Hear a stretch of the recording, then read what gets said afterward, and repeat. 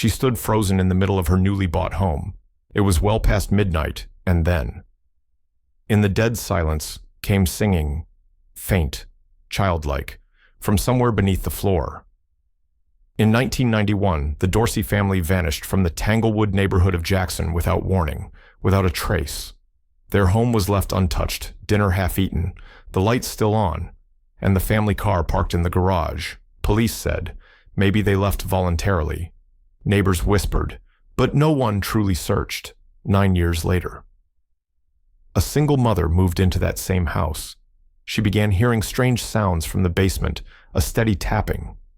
And then one night, a child's voice, singing softly, echoed from behind the cold brick wall. She called the police. They didn't believe her. But she knew something or someone was trapped inside that house. And that's when the truth finally came to light. The Dorsey family moved to Jackson in the summer of 1986, leaving behind a small town near Biloxi. They were looking for a fresh start, a place to settle down and raise their kids right. Elliot Dorsey, the father, taught history at the local high school. He was tall and lean, with a warm, steady voice and eyes that always seemed deep in thought. Myra, his wife, worked night shifts as a nurse at Mercy West Medical Center. She was practical, held the household together, and always carried a little notebook filled with recipes, vaccination schedules, and reminders for their 3 children. Malik, the oldest at 9, was a quiet, sensitive boy who preferred books to ball games. Raina, the middle child, was clever and mischievous, just 5, already reading, and constantly teasing her baby brother, KJ, who was still learning to speak. The family wasn't wealthy, but they had love, every night. Elliot read bedtime stories to the kids, while Myra made Sunday morning breakfast, always with cornbread and fresh orange juice. They lived in a modest but tidy home on Tanglewood Drive, in a predominantly black, middle-class neighborhood where people still knew their neighbors' names. Their world was built on simple routines, Sunday church, quarterly PTA meetings, and evenings together watching TV in the living room. But just 2 blocks away lived a relative people rarely mentioned, Quincy Hargrove, Myra's cousin. He stayed alone in a rundown wooden house, a quiet man who had served in the military and spent time stationed in Central America. Since coming back, he lived in near isolation, with no close friends or family except Myra. When he visited, he'd bring the kids homemade cookies and always warned them, don't ever trust strangers. Elliot never felt quite comfortable around Quincy. He once told Myra, I don't know, there's something in his eyes, like he's seeing something we can't. But Myra defended him. He's been through war. We've got to show compassion. Over time, Quincy began coming around more often. He offered to fix the roof, install extra locks, reinforce the windows. He warned them the neighborhood wasn't safe anymore, that the things on the news were just the tip of the iceberg. Black folks like us were the most vulnerable, he told Elliot. You got to be ready to protect your family, no matter what. Elliot thanked him with a smile, but deep down, unease started to settle. After every visit, the house seemed heavier. The kids grew quieter when he was around. Malik stopped coming into the living room. Raina would hide in her room, and KJ cried every time Quincy placed a hand on his head and said, You gotta grow up strong, this world don't show mercy. Then one day, Malik asked his mom, Why does Uncle Quincy look at us like we're about to disappear? The question startled Myra. She started paying closer attention to how long Quincy lingered after dinner, to how often he wandered down into the basement, checking the wiring. Once, she found him measuring something in the backyard shed where Elliot kept his tools. When she asked, Quincy just smiled and said, I'm thinking about building the kids a safe little play space. They need somewhere secure.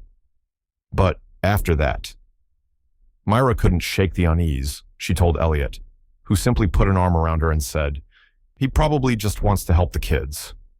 Still, when Myra suggested Quincy stop coming by so often, Elliot agreed immediately. That's when Myra knew even the calmest person in the house felt something wasn't right. But Quincy didn't go away easily. He kept showing up bringing firewood, sweetbread, or just claiming he was passing by and wanted to say hi to the kids. Elliot began politely turning him away, started locking the door earlier, but Quincy didn't stop. Sometimes he just stood silently across the street, watching the house. Once, when Malik was riding his bike outside, Quincy walked up and said, "You better be ready.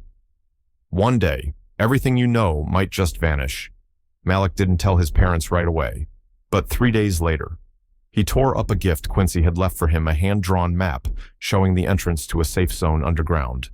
After that, Malik began waking up at night from nightmares he couldn't explain. Raina refused to go into the basement, even with her mother. Myra tried to comfort them, but a quiet dread was growing inside her, as if something in their home had started to shift. Something silent, something dangerous. In March 1991, Quincy stopped visiting for nearly 2 weeks. It was the first time the Dorsey household felt truly at peace. Elliot laughed more. The kids played freely in the yard. Myra even started planning a kitchen renovation.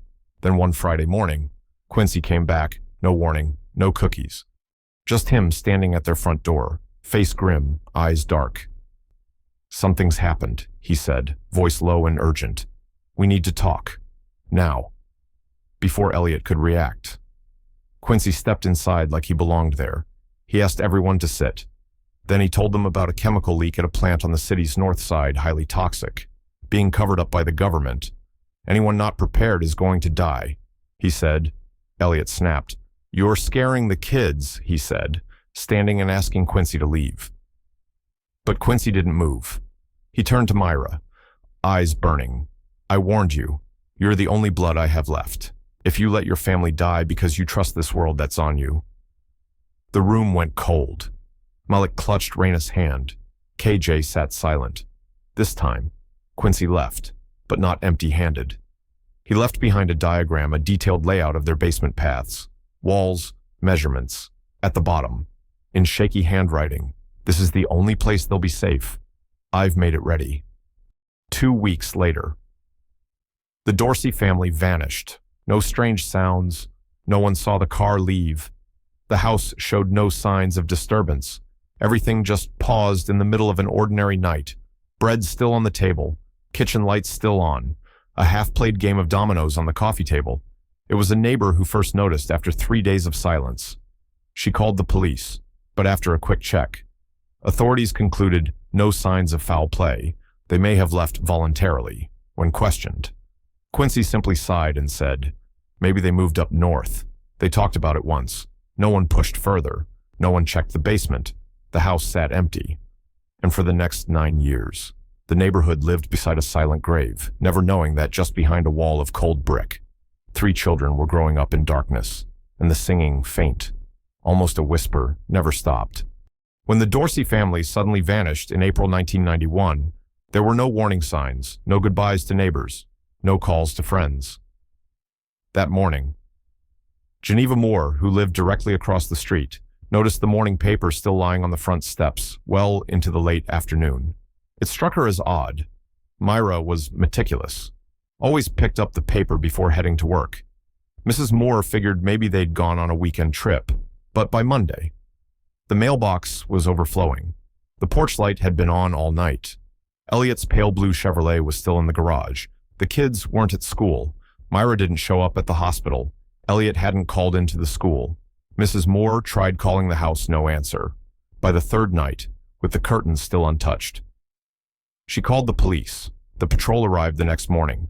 2 young white officers entered the house using the spare key Mrs. Moore provided. They did a walkthrough. No signs of forced entry. The doors were locked from the inside. No signs of struggle or theft. The TV was still plugged in. A meal left half-cooked on the stove, steamed vegetables, now dried out, a game of dominoes mid-play on the coffee table, and on the kitchen counter, a small birthday cake with the words, "Happy birthday, KJ."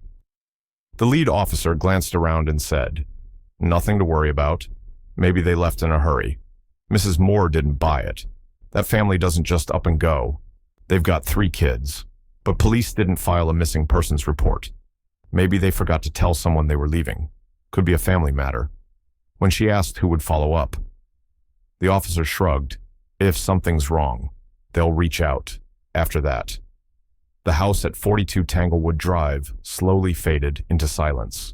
No news broadcasts, no search parties, no missing posters. The mortgage hadn't defaulted yet, and the only relative, Quincy Hargrove, told police they might have gone north. Elliot mentioned Memphis once, That was the last time anyone questioned him. No one noticed that. Every week. Quincy still drove slowly down the street. He'd stop in front of the old house, sit there a while, then drive off. It happened so often. It became background noise. Neighbors called him that strange old man, assuming this was how he grieved, but people like Mrs. Moore didn't forget. She kept the last postcard Myra sent from work. She left flowers at the doorstep every Easter, and every now and then, when she looked up at the window on the second floor, she felt something like someone was standing there, watching, just behind the curtain. A shadow that never moved, never made a sound, but was always there, once. She called the local authorities again, asking for a follow-up inspection of the now abandoned house. The operator replied, "The bank's handling it. If you have a complaint, talk to property management." And so the house slipped out of collective memory, a dark blur in the neighborhood's history, a mystery no one wanted to touch, until, almost a decade later, June 2000. Jackson was sweltering. As always, Patrice Allen, a night shift ER nurse, was trying to rebuild her life after a painful divorce. She lived with her 7-year-old daughter, Alana, in a cramped rental. When she heard a long-abandoned home was being sold by the bank for cheap, she didn't think twice. Patrice had never heard the name Dorsey. The listing was vague, former occupants left in 1991, no known heirs, foreclosed, with what little savings she had and a small loan. Patrice signed the papers, got the keys, and moved in by early July. The house seemed fine, solid foundation. Though dusty and overgrown with ivy, Patrice didn't have much furniture. She set to work cleaning room by room, repainting walls, cutting grass, replacing doors. The basement smelled damp, more so than the rest of the house, but she chalked it up to old ventilation.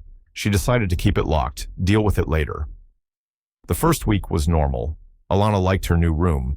Patrice was finally sleeping better than she had in months. But on the 7th night, around 2 a.m., with the house deep in silence, Patrice heard the first sound. It was faint, a soft tapping. 3 knocks, then silence. She turned on the lights, checked all the windows, nothing. The next morning, she blamed it on a dream, but the tapping returned the next night, and the night after that. Always 3 knocks, always followed by stillness. Patrice began noting the time each sound occurred. She pressed her ear to the wooden floor above the basement. One night, she thought she heard a sigh. She asked Alana, who simply said, "That spot near the wall is too cold. Mom, I don't want to play there anymore." Patrice started to suspect the air system. She called in a technician. They found nothing unusual, but one man remarked, "You know, these basement walls are thicker than normal. Some parts look like they were reinforced." Patrice found that strange, but didn't have time to investigate. Not until the night of July 18th, when she heard the singing, not knocking, not breathing, singing, a child's voice, whispering the song, "This Little Light of Mine." Each note carried a hollow sadness, echoing through stone and time. Patrice stood frozen in the living room. She knew she wasn't losing her mind, and she knew this wasn't wind or imagination. Someone was in that house, and they were waiting to be found. Patrice didn't sleep that night. She sat curled on the edge of her daughter's bed, phone in hand, eyes locked on the basement door like it might swing open at any moment. By morning, she made the call her first to the police. Her voice was hoarse from lack of sleep, but steady. "I think someone is inside my walls." She said, "I heard singing, a little girl's voice." There was a pause on the line before the dispatcher responded, "Well, send someone out to check." 2 officers arrived around 9 a.m. One was young, still sipping from a cup of hot coffee. The other, older, had the weary look of someone who'd answered too many false alarms. They listened to Patrice's account, their expressions slowly shifting from concern to skepticism. They searched the house upstairs, downstairs, and the basement. Nothing. No signs of forced entry, no hidden speakers, no sound devices, nothing that could explain what she heard. The concrete wall in the basement, they said, showed nothing unusual, just some minor cracks from moisture. "You know," the older officer said, "houses this old make noise. Pipes, rodents. Stray cats sounds like that can mess with your head." But Patrice didn't back down. I heard lyrics. This wasn't a creak. This was a voice. She pulled out a sheet of paper from a drawer, handwritten notes, carefully logging each night's sounds, with specific times and details. She pointed to one line, Tuesday. July 18th, 2:41 a.m.e. Young girl's voice singing, "This little light of mine." The younger officer glanced at it, then said, "If it happens again, try to get a recording. For now, we don't have reason to break your wall." Patrice said nothing. She walked them to the door but didn't close it right away. She stood there, watching the patrol car disappear down the street, and she knew if she wanted answers, she'd have to find them herself. She dug through the paperwork from the home purchase, remembering a stack of old documents she'd seen in the attic, climbing up. She found a crumbling cardboard box. Inside, a collection of house plans, some hand-drawn, others printed from the 1980s. That's when she noticed it. Every version of the floor plan showed a straight, continuous east wall in the basement. But in real life, Patrice had noticed that section of wall jutted out nearly 3 feet.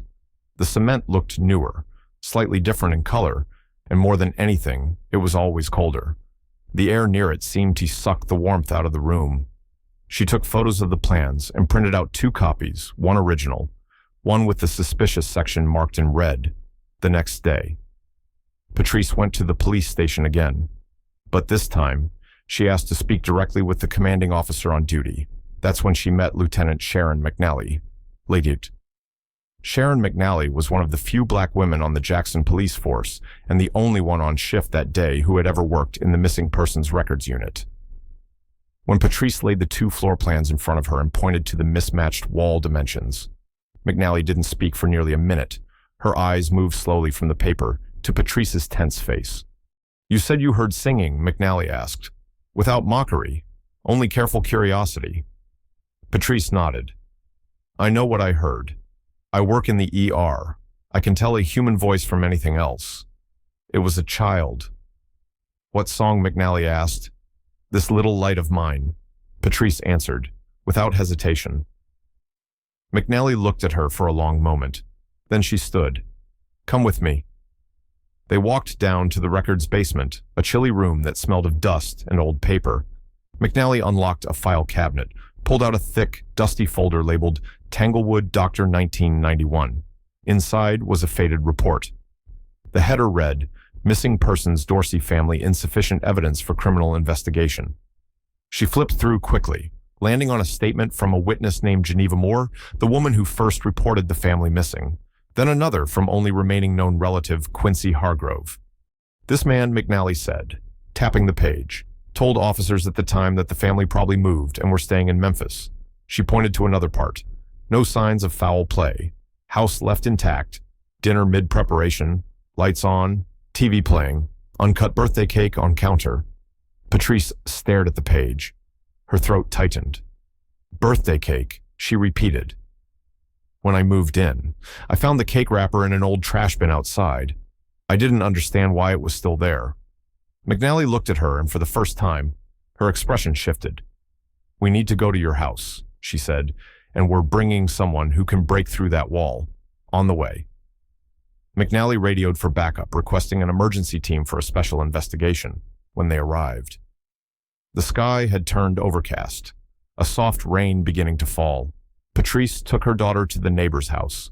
Police sealed off the basement. A large man with a sledgehammer waited near the wall. McNally stepped into the basement, pointed to the protruding concrete. "Here," she said. "Start here." Patrice clutched her coat tightly, heart pounding. Then came the first swing metal against cement, ringing out like a bell. It was the sound of truth breaking through 9 years of silence. The wall began to crack. Thin, web-like fractures spread. Dust fell in clouds onto the old basement floor. Patrice stood behind the yellow tape, trembling. McNally spoke into her radio, requesting medical teams to stand by. On the 12th blow, a slab of concrete the size of a trash can lid crashed to the ground, revealing a dark hollow beyond. Air rushed out heavy, foul with mold, urine, human breath, and the rot of long confinement. A young officer covered his nose and stepped back. McNally signaled for high-powered flashlights. Beams of light cut into the darkness. What lay behind the wall wasn't a room. It was a bunker, narrow, low-ceilinged, no windows, no doors. In the corner, a figure was huddled, shielding their face from the light. McNally stepped forward, lowering the beam to the floor. "We're the police," she said softly. "No one's going to hurt you. We're here to take you out." The light revealed 4 figures, 3 adults, and a child cradled in a woman's arms. The man, gray-haired, bearded, skeletal, was Elliot Dorsey. The woman holding her daughter, eyes vacant, was Myra. The 2 others, Malik and Raina, no longer children, not yet adults. Thin, quiet, eyes clouded like they hadn't seen sunlight in years. Malik looked up first. He saw McNally and shifted forward, shielding his sister. "Don't touch her." He whispered, "Hell, get mad." McNally's voice was gentle. "He's not here anymore. You're safe now, behind the officers." Patrice gasped a broken sob, catching in her throat. She saw Raina, the child who had sung in the dark, the voice that wouldn't let her turn away.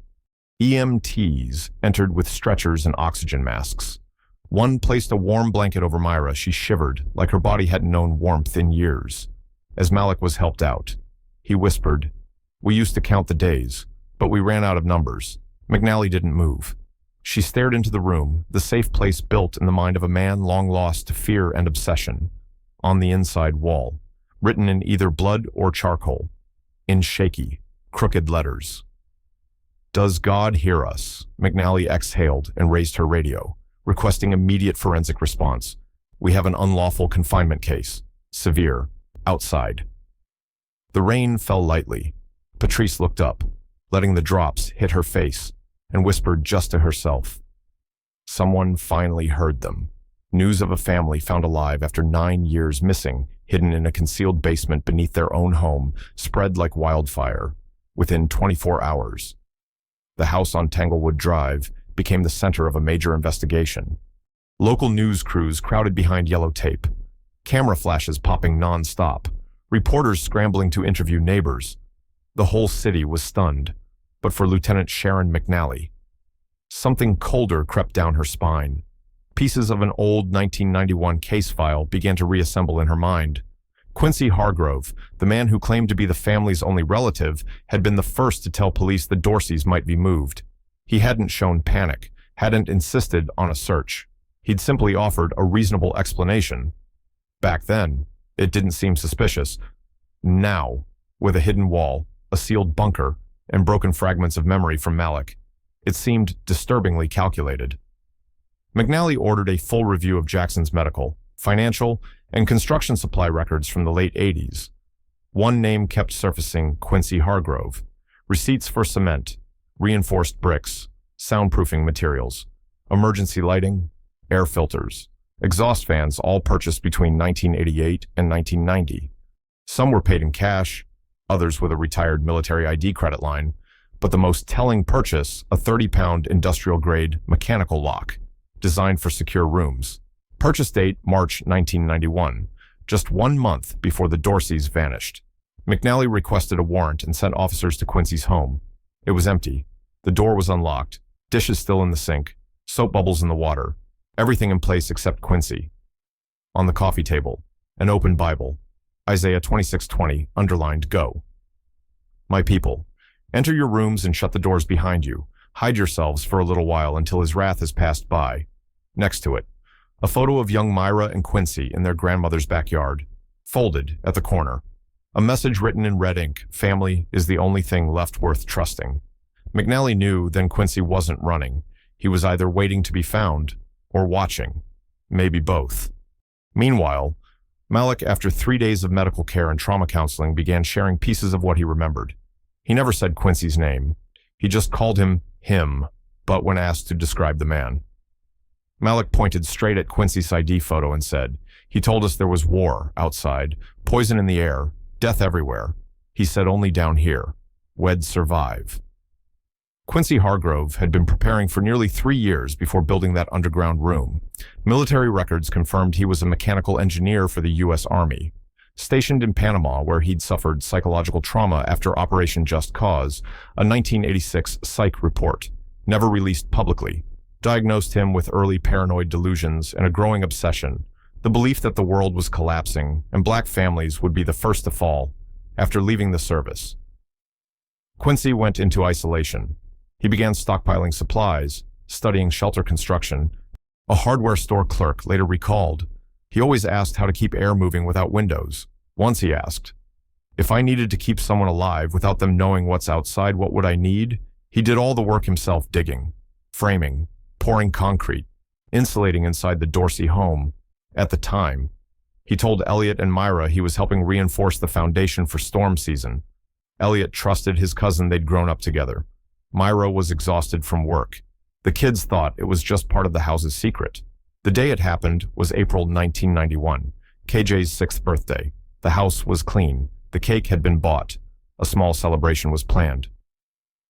That afternoon, Quincy arrived agitated. He told the family he'd just learned of a chemical leak at a plant on the city's west side. The air will be toxic in 30 minutes. He warned, I've built the shelter. We have to go. Now. There's no time. Elliot hesitated, but then Quincy played a radio broadcast. Later, they'd learn it was a doctored recording edited by Quincy himself to mimic a government alert. Panic set in. Quincy pulled Elliot by the arm. I've warned you for years. If you don't act now, you'll kill them all. Malik remembered it vividly, his voice flat as he recalled. He said, just a few days. When it's safe, it'll let you out. So they followed him. They went into the basement, the door shut. A loud click, the sound of the lock sealing them off from the world. Darkness fell, and the 9 years began. There were no calendars, no clocks, no sunlight, just a weak yellow bulb, switched on and off from outside. Food came through a slot, and every news update came from a speaker, Quincy's voice, pretending to be a radio announcer. Today, toxic clouds continue across the district. No federal response yet. Stay strong, stay inside. Those words repeated, again and again, until Malik lost count of the days, until Raina asked her mother, what color is outside, and Myra could only hold her and cry. Quincy Hargrove was arrested 5 days after the rescue. He hadn't gone far. A resident in Hazlehurst, a small town 40 miles south of Jackson, recognized him from the news and called it in. When officers arrived, Quincy was sitting in a small roadside church, quietly reading his Bible. He didn't resist, didn't run, didn't seem surprised. As they cuffed him, he asked, they're out. Aren't they on the ride back to Jackson? He said nothing. McNally herself conducted the first interrogation. The room was quiet, lit only by a single overhead light. Across from her sat a gaunt, silver-haired man. His face was lined, hollow. Do you know why you're here? She asked. I do. He replied, I took them to safety. McNally didn't flinch.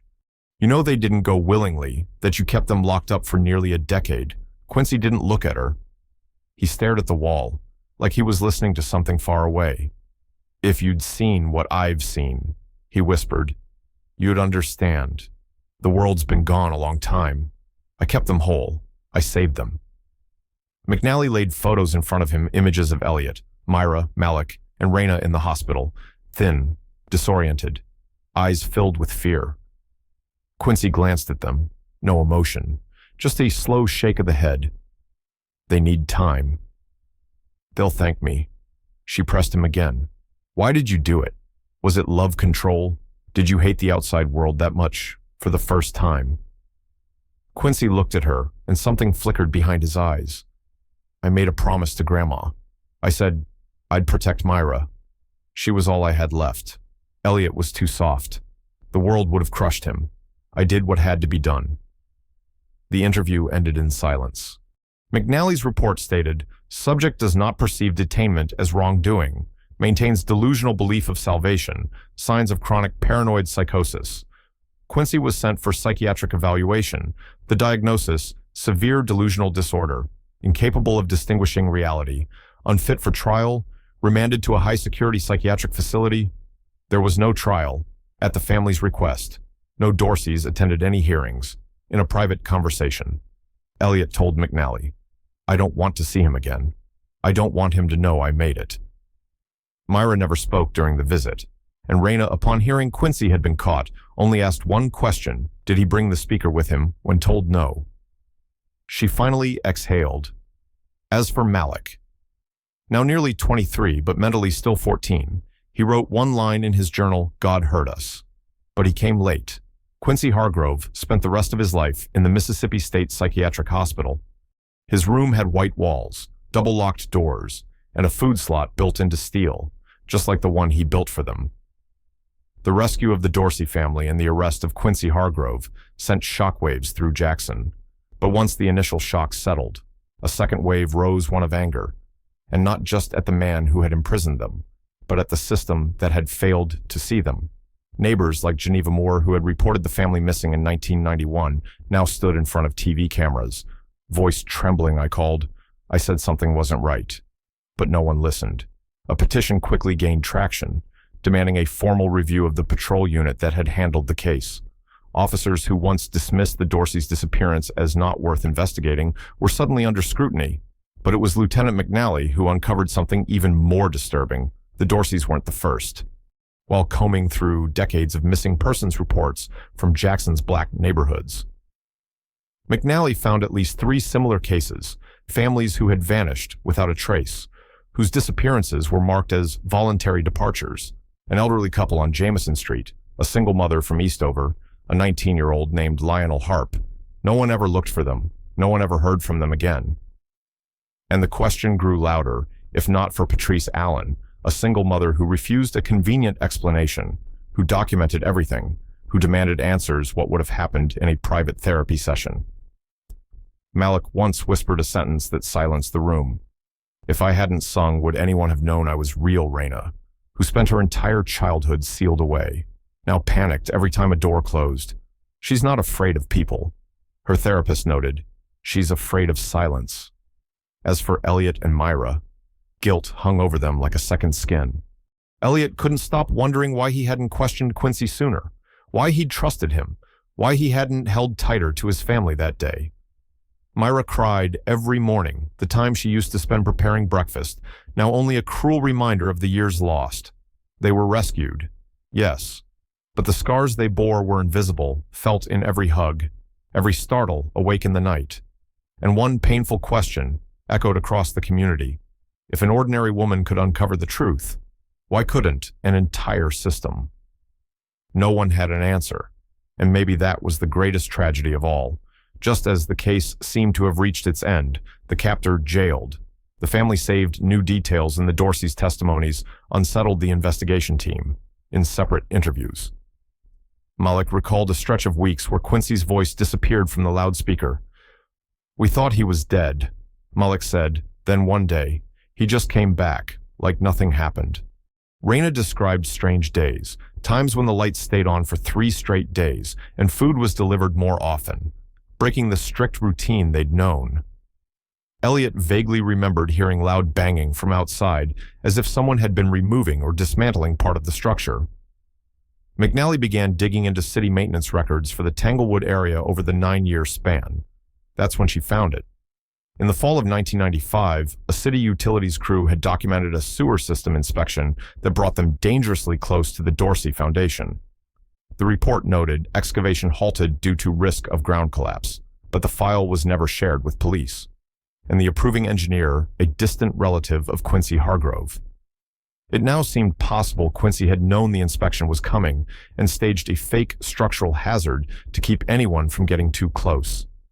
McNally was no longer sure Quincy had acted alone. Someone had helped. Someone had seen something and chosen silence. But one detail haunted her most. The Dorseys' reaction when they were rescued. No screaming, no sobbing, no fight. They simply stood there, as if they'd been prepared. Myra spoke first in a flat, emotionless tone were used to the silence. Malik constantly looked around, scanning for hidden cameras. Raina refused to speak to anyone but her mother and brother for 2 full weeks. One psychologist remarked, "This isn't just trauma.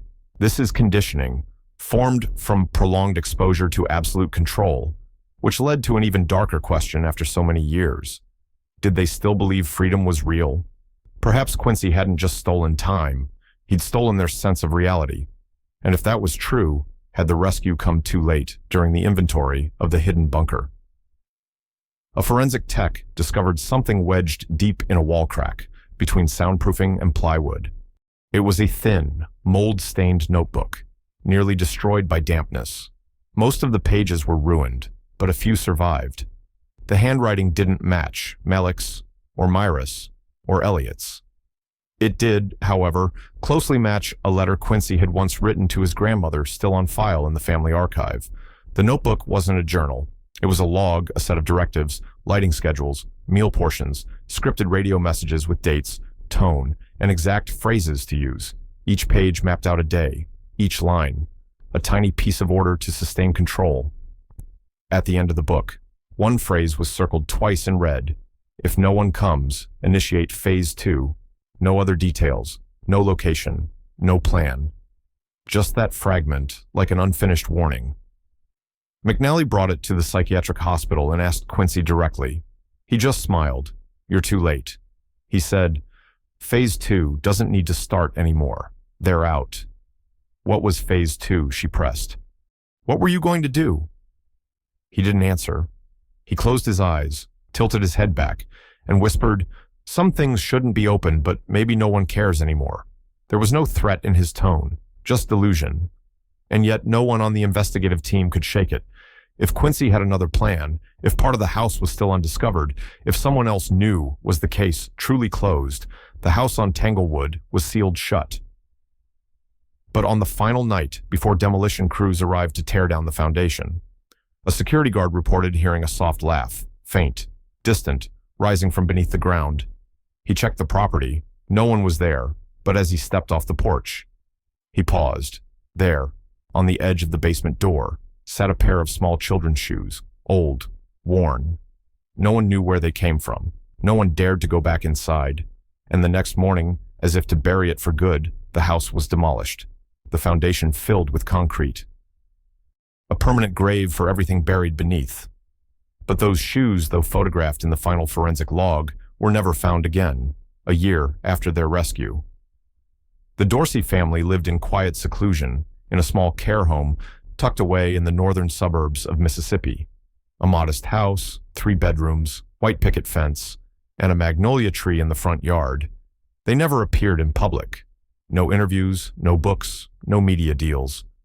They accepted only the basic recovery support offered by the state, and they chose silence, the same silence they had been forced to live in for 9 years underground. Elliot returned to teaching music, but not in a school. Instead, he played the old organ at a small local church, offering lessons to any child who wanted to learn. No credentials required. Myra took up gardening. She never went back to nursing. Her hands touched the soil daily as if to reconnect with a world that once forgot her. Malik preferred solitude. He spent hours at the computer, researching everything he'd missed: astronomy, train systems, world maps. He never left the state. Raina began to paint watercolors, charcoal, wax. Her early work was filled with shadows, blank walls, nameless figures. But slowly, color found its way in. Once, she painted an open door and beyond it, a sky full of stars. She said, "That's where I want to go." Each of them found their own way to move forward, but the fracture between them and the outside world never fully healed. Some nights, they left the lights on while they slept. Some days, they didn't leave the house, and every year. In April, on what should have been KJ's birthday, the family gathered, lit a single candle, and sat in silence. KJ had been the youngest, and the one who endured the silence the most. He passed away 2 years after the rescue. His body weakened, his spirit worn down. His heart simply stopped one night in his sleep. The media never reported his death. There was only a small gravestone in a quiet cemetery, etched with the words KJ Dorsey, a small light in the dark, in a rare interview, when asked. "What made you not give up?" Patrice Allen, the single mother who heard the singing that night, gave only one answer: "Because I used to be a child who lived in silence, and I know how terrifying that is." The Dorsey story was never made into a major film. There were no awards, no clear ending. But every time a child hums in the dark, every time someone knocks 3 times on a wall and asks, "Is anyone there?" the story lives on, quietly, softly, but never gone. And one final question still lingers, if not for Patrice, if not for that voice in the night, if no one had heard them, how much longer would they have been forgotten?